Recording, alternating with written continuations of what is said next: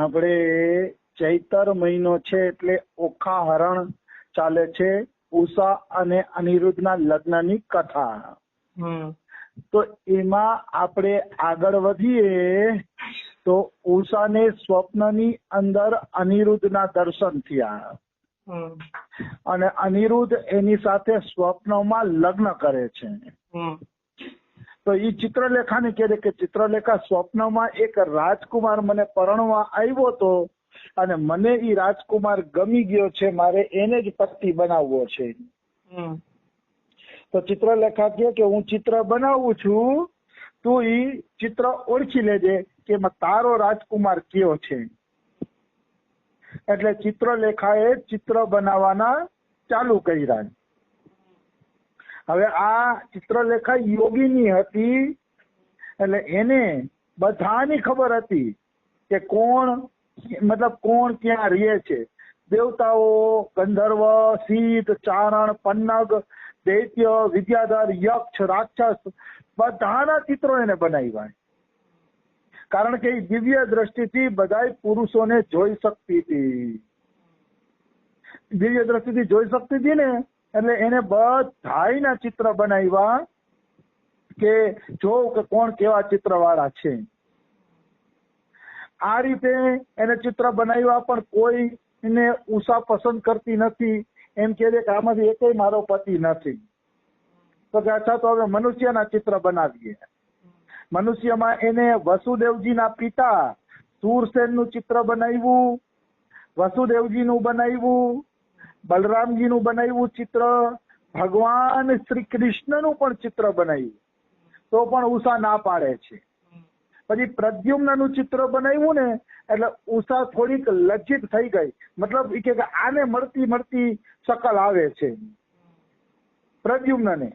પછી પ્રદ્યુમ્નના દીકરા અનિરુદ્ધનું ચિત્ર બનાવ્યું ત્યારે એ મંદ મુસ્કુરાતા બોલે છે કે આજ મારા પ્રાણ વલ્લભ છે, આજ મારા ચિત્તચોર છે, આને તમે કે મારી પાસે લઈ આવો. તો ચિત્રલેખા કહે છે આ તો કૃષ્ણના પૌત્ર છે, દીકરાના દીકરા અનિરુદ્ધ, અને અત્યારે દ્વારિકામાં નિવાસ કરે છે. તો ઉષા કહે છે કે આજ મારા પ્રાણ વલ્લભ છે, આની સાથે જ મારે પરણવું છે, તો તમે ગમે એમ કરીને મારા પ્રાણ વલ્લભને મારી પાસે લઈ આવો. તો કે ઠીક છે. ચિત્રલેખા કહે છે હું લઈ આવું છું. એ ગમે એમ તો યોગીની હતી. તો ચિત્રલેખા ઉડી અને દ્વારિકા જાય છે.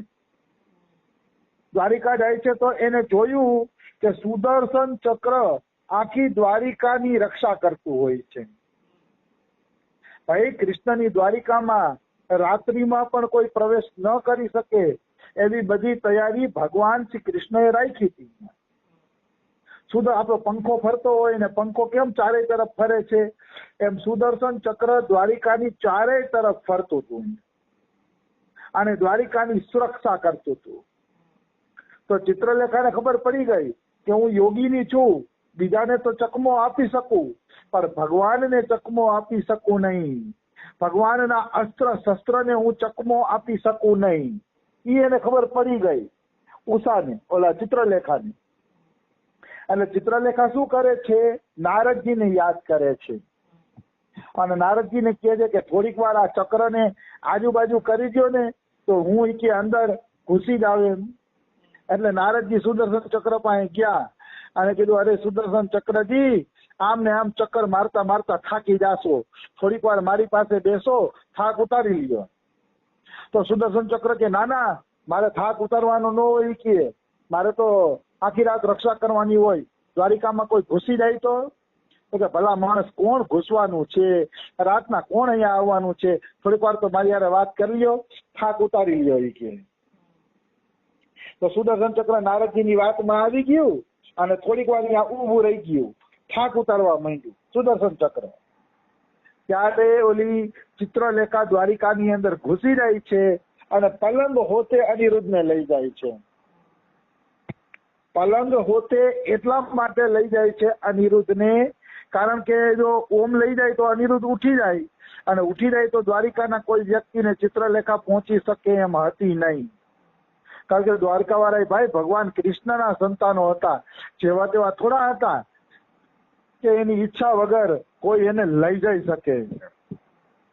કોઈની તાકાત નથી કે એની ઈચ્છા વગર એને લઈ જઈ શકે. દ્વારકાવાસી તો બધા કૃષ્ણના નિજ જનો હતા. એવું નહીં કે કોઈ સાધન કરીને દ્વારકાધીશની પ્રાપ્તિ કરી હોય, એવું નહીં. આ બધા દેવતાઓ જ હતા અને એના નિજ જનો હતા. એને કોઈ પણ પ્રકારનું સાધન પણ કરવું પડે એવું હતું નહીં. આવી વસ્તુ છે. નિજ જનો ભાઈ શું સાધન કરશે? રામકૃષ્ણ પરમહંસનું ચરિત્ર હું આજે વાંચતો હતો. રામકૃષ્ણ પરમહંસને તુર્યાનંદ પૂછે છે, એના શિષ્ય છે તુર્યાનંદ.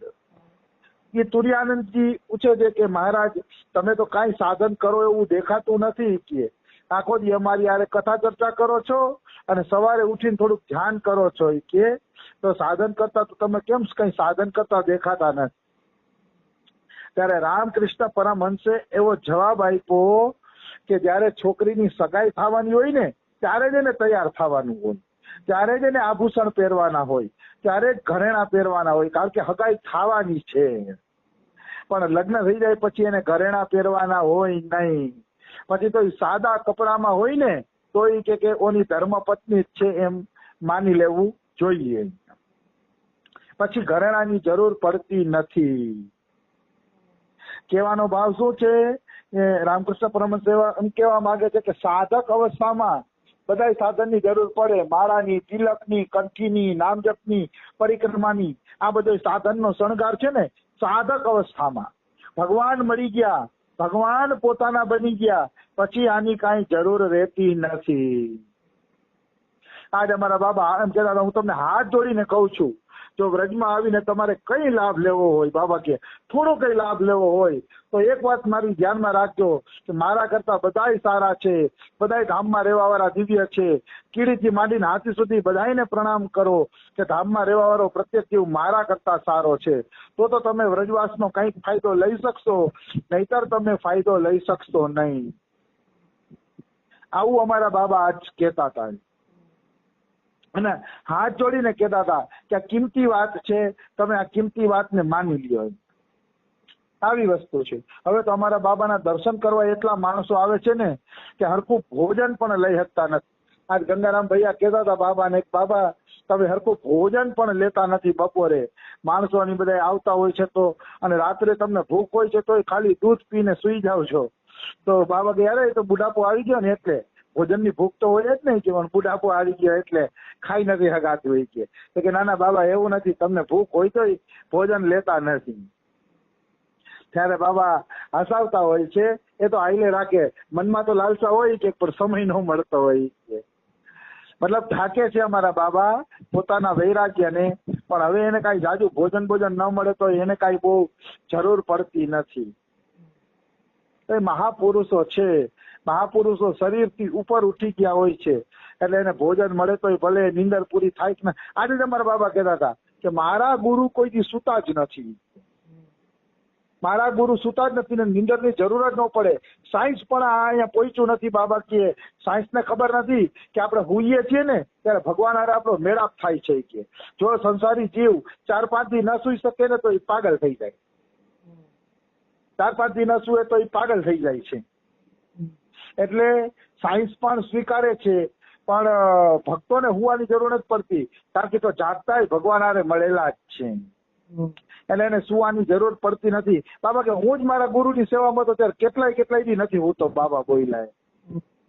બાબા મને જગાડીને રાખતા કે હું કેટલાય દી થયા સૂતો નહીં કે કઈ બહુ મોટી વાત નથી કે તમે સાચી ભક્તિ કરતા હશો તો તમારે સુવાની બાબા કે જરૂર પડશે નહીં. ભગવાન હારે તમારું अपने आप મિલન થશે સ્વપ્નમાં, પણ તમારે સુવાની જરૂર નહીં પડે. વગર સુતાએ પછી એક કીધું કે એક સંત એવા 54 વર્ષ ત્યાં હુતા નહોતા, ખાલી દિવાલના ટેકે આમ આંખ બંધ કરીને જપ કરે. આ તો આડા જ નથી પડ્યા. બોલો 54-56 વર્ષ થયા, હવે તો ધામ પધારી ગયા પણ આડા જ નથી પડ્યા અહીંયા.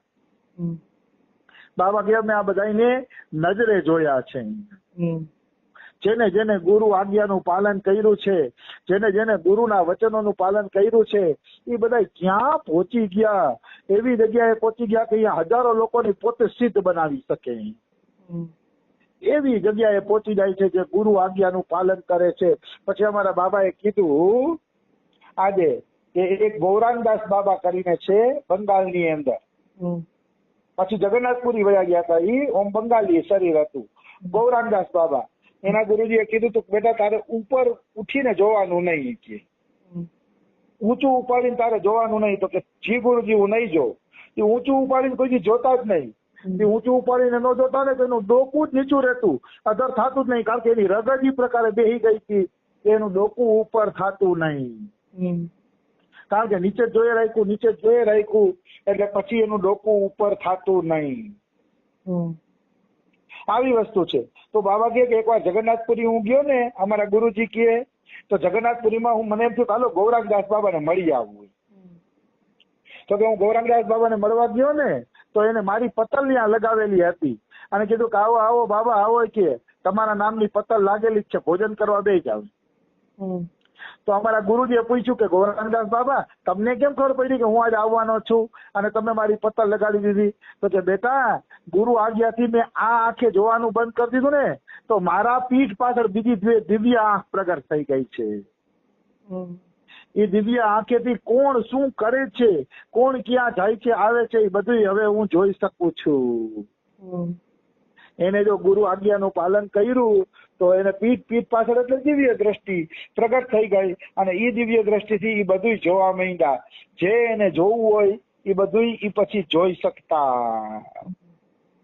એટલે મહાપુરુષની આવી મહિમા છે. પણ જો એને પેલા ગુરુ આજ્ઞાથી સંસારને જોવાનું બંધ કરી દીધું હતું, સંસારને ન જોયો તો દિવ્ય દ્રષ્ટિથી પછી બધું જોઈ શકતા હતા. એટલે પેલા તો કષ્ટ ઉપાડવું પડે છે, ગુરુ આજ્ઞાનું પાલન કરવું પડે છે અને ગુરુ આજ્ઞાનું પાલન કરતા કરતા કષ્ટ ઉપાડતા જયારે તમારી એવી સ્થિતિ બની જાય ત્યારે તમને દિવ્ય દ્રષ્ટિ મળે છે, ત્યારે તમે રાધા કૃષ્ણની દિવ્ય લીલાઓના દર્શન કરી શકો છો. ત્યાં સુધી એ દર્શનનો લાભ મળતો નથી. તો આપણી જે ચિત્રલેખા છે